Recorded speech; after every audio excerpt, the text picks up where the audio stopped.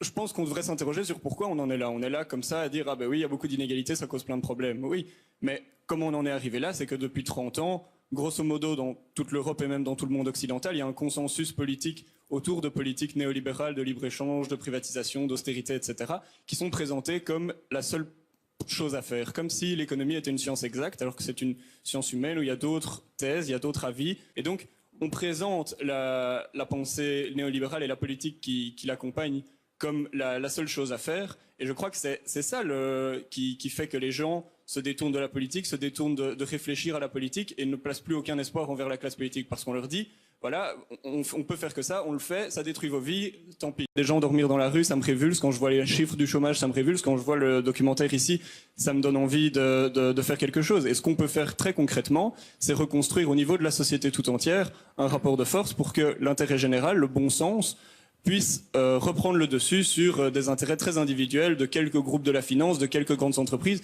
qui sont le monde politique. Par rapport à tout ça, vous avez dit qu'il y a des groupes donc, qui sont créés, qui sont en train de réfléchir et d'essayer d'amener des choses neuves.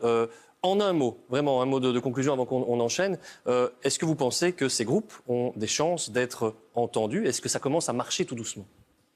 Tout à fait, ça commence à marcher. Et alors, vraiment en un mot, je crois que tout le monde est pessimiste et devant l'ampleur des problèmes, on est pessimiste. Mais si tous les gens qui pensent que c'est impossible s'y mettaient maintenant, c'est une certitude qu'on pourrait arriver à faire changer les choses. Oui. Le fait est que les économistes qu'on pourrait qualifier de néolibéraux de mon âge ont tous quand même fait un examen de conscience assez profond. Et aujourd'hui, personne ne va dire que ce modèle irradiant est le meilleur. Au contraire, beaucoup de gens veulent maintenant que l'État joue un rôle de plus en plus important. Mais le modèle économique a changé. Pour que les citoyens puissent s'impliquer davantage, il ne faut pas leur retourner la responsabilité individuelle sur eux. Quel est le cadre sociétal qu'on organise pour ça? Comment est-ce qu'on reconnaît des organisations qui travaillent avec les jeunes? Comment est-ce qu'on soutient les mouvements naissants? Comment est-ce qu'on donne la parole à ceux-ci? Comment est-ce qu'on les écoute? Et alors, pas seulement le monde politique, mais le monde de tous les intermédiaires qui gèrent la société. Donc, c'est aussi le monde économique, c'est aussi le monde des intermédiaires sociaux, c'est aussi le monde des syndicats, etc.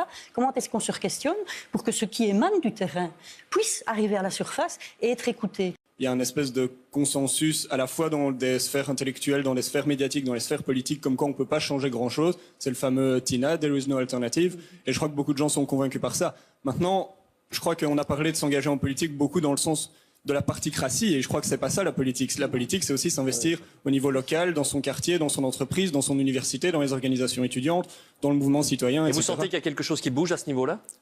Je sens qu'il y a quelque chose qui bouge et j'espère que si des gens écoutent ce soir, ça les motivera pour s'engager plus en tout cas. D'accord, mais ils ne manqueront pas de vous contacter. Christine Mailly? Oui, moi je voudrais abonder dans ce sens-là. Oui, il y a des choses qui bougent, il y a des mouvements divers qui bougent, il y a d'ailleurs à rechercher comment les relier.